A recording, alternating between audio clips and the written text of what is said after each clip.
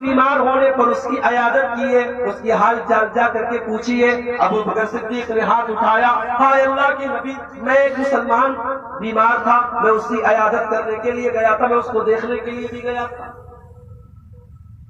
اللہ کے نبی نیکی کا نام لیتے چلے جا رہے ہیں اور ابو بکر ہاتھ اٹھاتے چلے جا رہے ہیں۔ اللہ کے نبی نے فرمایا، اے ابو بکر، یہ 4 کام جو تم نے کر دیے، اگر ایک دن میں یہ 4 کام کوئی کر لے وہ جنتی ہے، وہ جنت میں چلا جائے گا۔ یعنی اللہ کے نبی نے ابو بکر کو بتایا، اے ابو بکر، یہ 4 کام تم نے کیے، تم نے روزہ بھی رکھا ہے، تم نے غریب کو کھانا بھی کھلایا ہے، تم مسلمان کے جنازے میں بھی گئے ہو، تم مسلمان کی عیادت بھی کرنے گئے تھے، لہذا اے ابو بکر تم جنتی ہو، تم جنتی ہو۔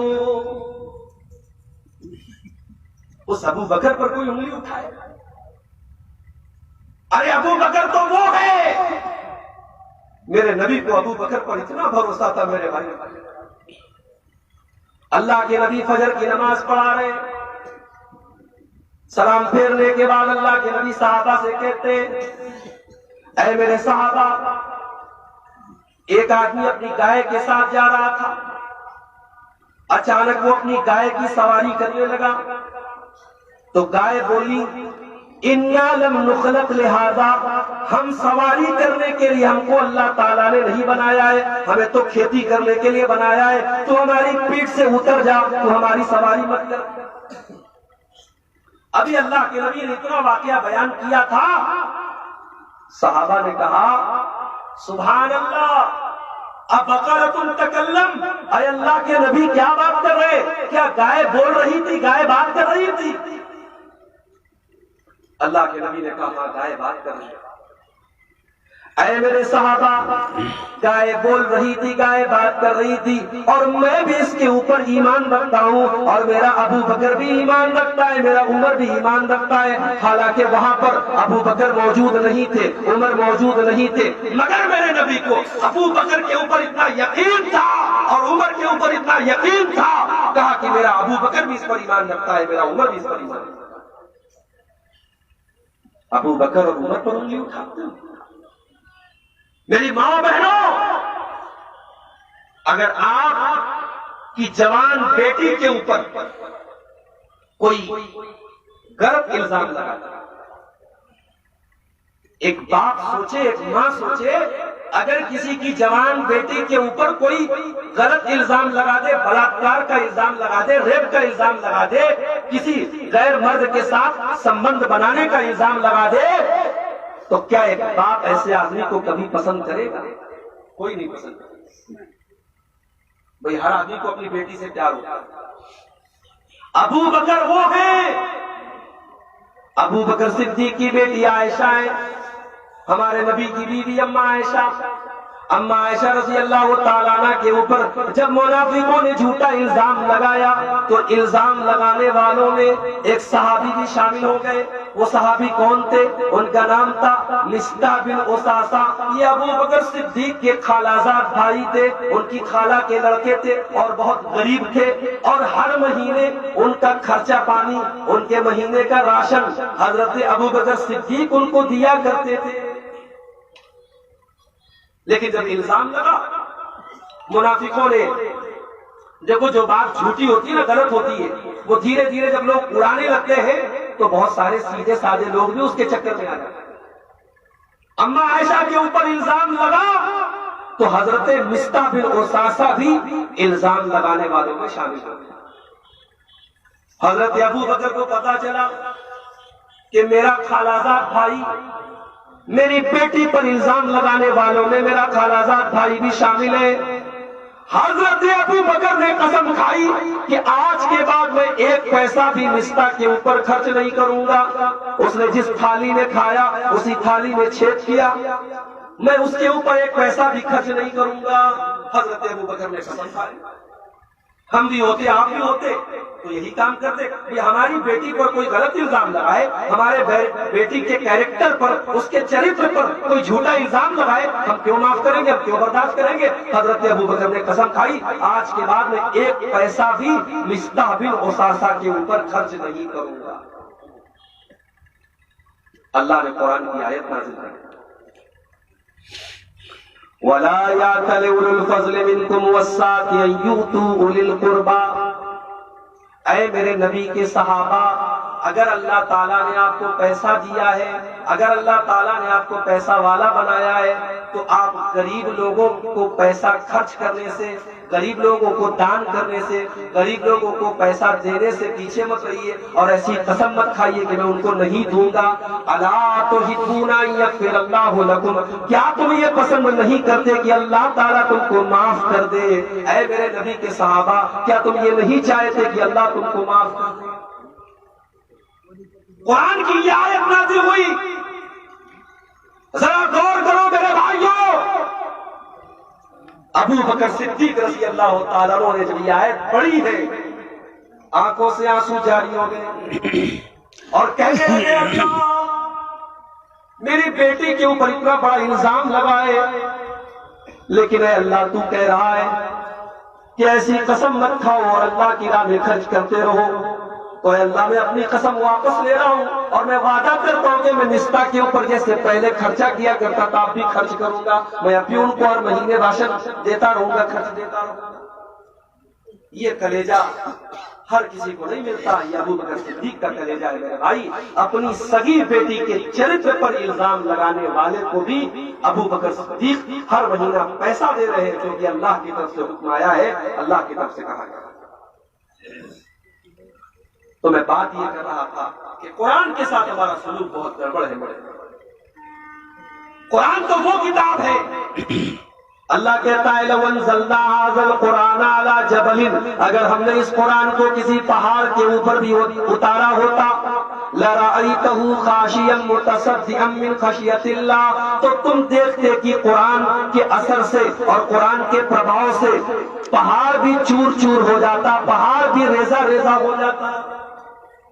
یہ قرآن اتنی بڑی کتاب ہے، اتنی عظیم کتاب ہے کہ پہاڑ بھی چکنا چور ہو جائے. میرے بھائیوں، وہ قرآن آج ہمارے پاس بھی موجود ہے، مگر اس قرآن کو پڑھنے کی ہمارے پاس فرصت ہے. ہمارے پاس فرصت ہے یوٹیوب کے اوپر گندی فلمیں دیکھنے کی، ہمارے پاس فرصت ہے ناچ گانے دیکھنے کی، ہمارے پاس فرصت ہے موبائل پر فلمی گانے بجانے کی، ہمارے پاس فرصت ہے واٹس ایپ اور فیس بک کے اوپر چیٹنگ کرنے کی، ہمارے پاس فرصت نہیں ہے تو قرآن پڑھنے کی.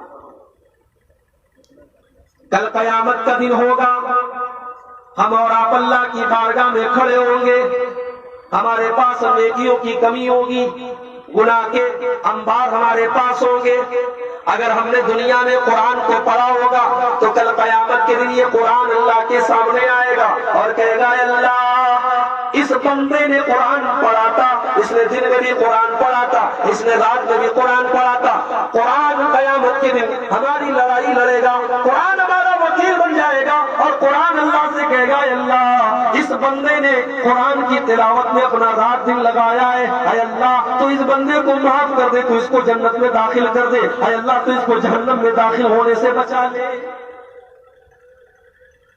صحابہ قرآن پڑھتے تھے، جنت کی بات آتی تھی خوش ہو جاتے تھے، جہنم کی بات آتی تھی رونے لگتے تھے. قرآن پڑھتے تھے، صحابہ رونے لگتے تھے. اور آج ہم رات تراویح میں نماز میں قرآن سنتے ہیں، اگر مولوی صاحب امام صاحب تھوڑا سا لمبا قیام کر لیں، تھوڑی سی لمبی قرات کر لیں، تو ہم لوگ سلام پھیرنے کے بعد امام صاحب سے کہتے ہیں امام صاحب تھوڑی چھوٹی نماز پڑھائیے، بڑی لمبی ہو جائے گی. آج قرآن ہمارے لیے اتنا بھاری ہو گیا، قرآن سن کے ہمارے سر میں درد ہونے لگتا ہے،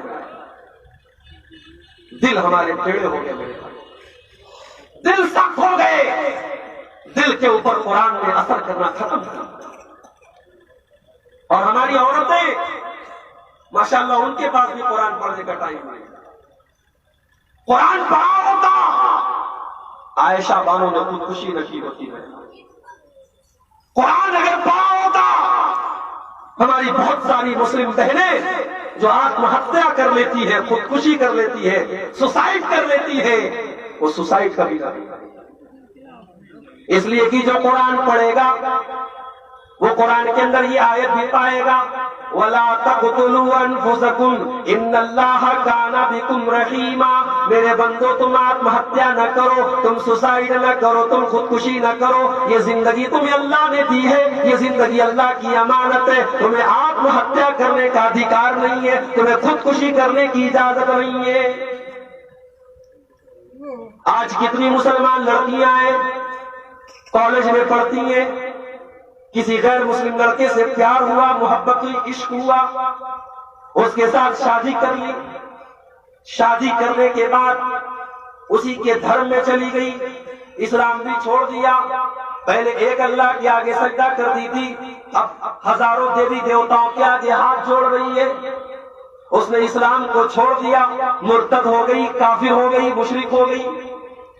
اس نے اگر قرآن کو پڑھا ہوتا تو ایسا نہ کیا ہوتا، اس لیے کہ جو لڑکی جو لڑکا قرآن پڑھے گا وہ قرآن کے اندر یہ آیت بھی پڑھے گا، ان الذین کفروا وماتوا وهم کفار فلن يقبل من احدهم ملء الارض ذهبا۔